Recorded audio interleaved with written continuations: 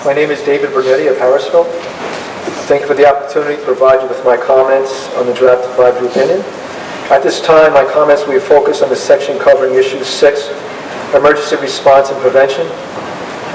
In the event that there is a major release of the aqueous ammonia from the 40,000-gallon storage tank into the containment area, it is stated that such containment area will be filled with passive evaporative controls to reduce the exposed surface area of any aqueous ammonia within the containment area by 90%. The question I have is, what type of passive evaporative controls will be? Sure. Question is, what type of passive evaporative controls will be used?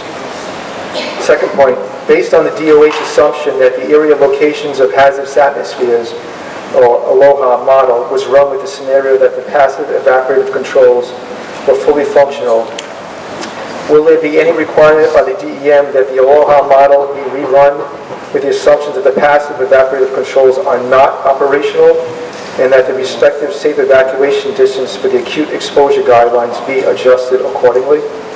Number 3, in regard to the statement by Unveiled that 121 yards was the most stringent acute exposure guideline listing, or AEGL, for the concentration of aqueous ammonia, which would be on site, while that is well within the recommended guidelines listed in the Emergency Response Guidebook for First Responders, it does not take into consideration the scenario of a tank being involved in a fire.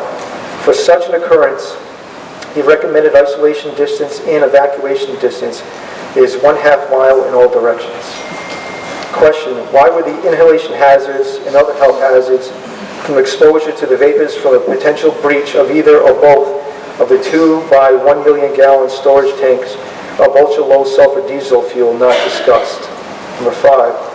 Also, what about the respective safe evacuation distance for the acute exposure guidelines, AEG, for such a spill of the diesel fuel?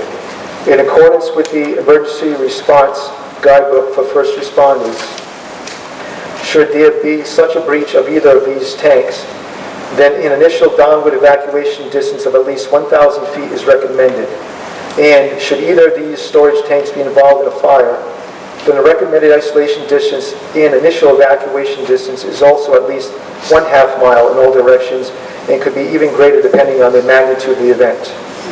Number 6, I fully agree with the Rhode Island Department of Health stronger recommendations that Invenergy establish clear written emergency procedures and that those emergency procedures should include appropriate training. And I recommend Burgess and Associates for such training, including periodic refresher training of staff that will be responsible for implementing emergency response, and that those staff members should be fitted for, have available, and be trained in the use of appropriate personal protective equipment.